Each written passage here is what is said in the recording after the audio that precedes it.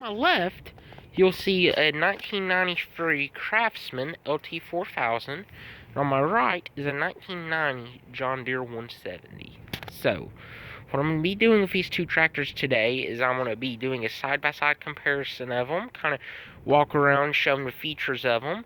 These tractors are older, but they're still, you can still find them for sale used all the time. They're still pretty common tractors. So anyway, I'll walk around, give you a walk around of them, just show you kind of the differences of them. So, we'll start with the engines on them. So, on the John Deere, open up the hood on this one.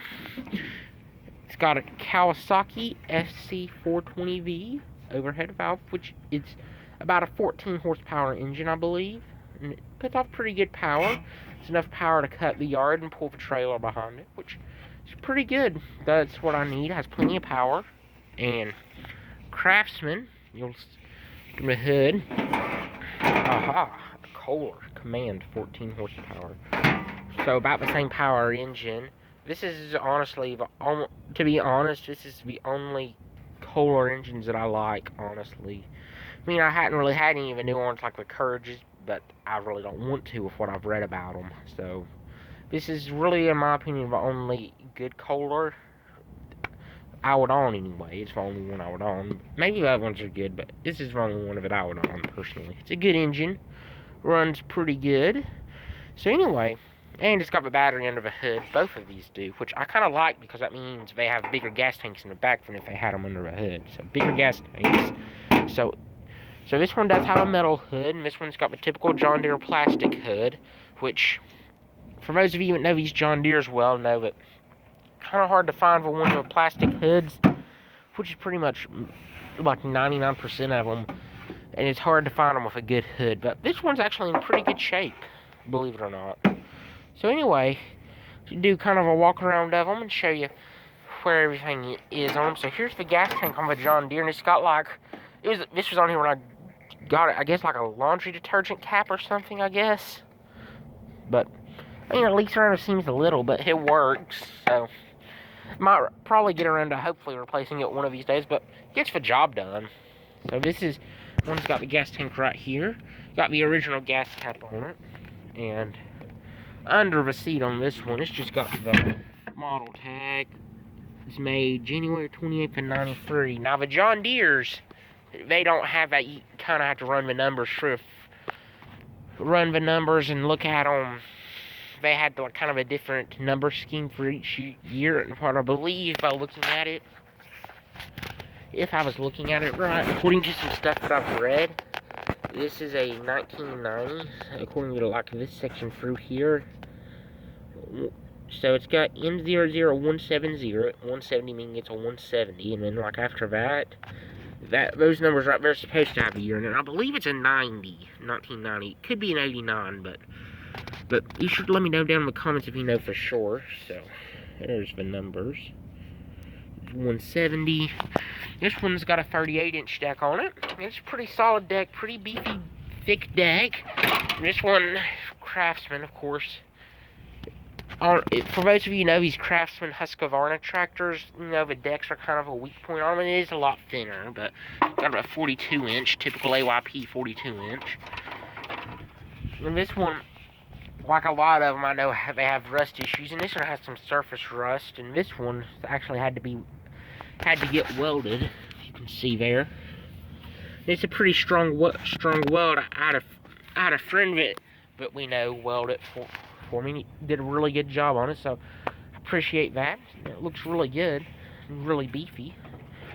Probably hold up for quite a while, hopefully, but this deck, if I end up using it, I know most of these decks, probably not at that same point, because that one looks good. I'll probably have to get it welded in other spots one of these days, but it's typical of these Craftsmans. But seem to hold up pretty good for the past almost year that I've had it welded. And mowing, I've just used it for mowing this yard, which is not a big yard. So is this one. But now I'll show you the controls on them. I'll start with the Craftsman. So we hop on board. So as you'll see here, there's your pedal. It's a clutch brake pedal combination. So what you do, press and see the parking brake was on, so I replaced it. So to change gear, what you do is you just press it down, and then with your gear selectors, with your speed, and to stop, you just press it down about a little bit further. And then if you want to lock the parking brake, like say on a hill or something, you just lift this up. Sometimes this one's a little hard to do it on, but I got it that time. But now to release it, you just press the pedal and it releases. Nice and simple. So there's your key switch, deck engagement. It's a manual PTO, which just puts tension on the belt, but it works. There's your throttle control. There's your light switch, steering wheel, and here, this dial here, if you turn it this way, I believe it makes the deck go lower, and if you turn it this way, it makes it go higher at the dial. Called the infinite height adjustment system, which it works pretty good, but I mean, not my favorite. But and then obviously this one lowers it. So that's basically the controls of this one. Pretty simple, pretty basic. So, but on the John Deere, let's talk about it. So I'll hop on board. Seat. This seat has been replaced. I know for sure. It's like, I think for when you can get it like Royal King or Northern Tool or something. A real thick padding on it, and a real high back seat. It's just a very comfy seat. I really like this seat on it. So anyway, obviously key switch, blade engagement. This has the electronic PTO, which is really easy to use. I really like that feature. Light switch, throttle control. This one, okay, so this one has a separate clutch brake pedal. As you can tell, my parking brake's on, so I'll release that. So press both the pedals down, pressing the clutch first.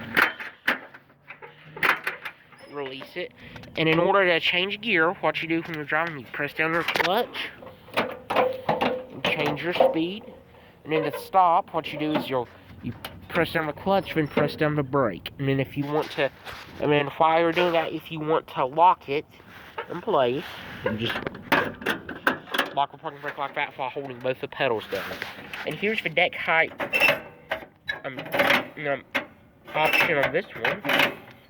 A lot nicer than the Craftsman. I like that system better. And here's what actually adjusts it, the lever. This one I've put a cup holder on one of these steer knobs on it, which is pretty nice. But this one, okay, this tractor originally has a 5-speed in it, and that one has a 6-speed in it. So this transmission in my John Deere has been replaced at some point or ever, and it's got like a 4-speed in it now. But I can tell there's a tag on it. I don't know if you guys can make out what the tag says.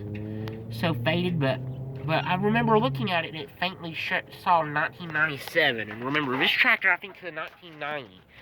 They made this tractor from 89 to 90, so the transmission is 7 years newer, so that means the transmission has been replaced in it at some point in time.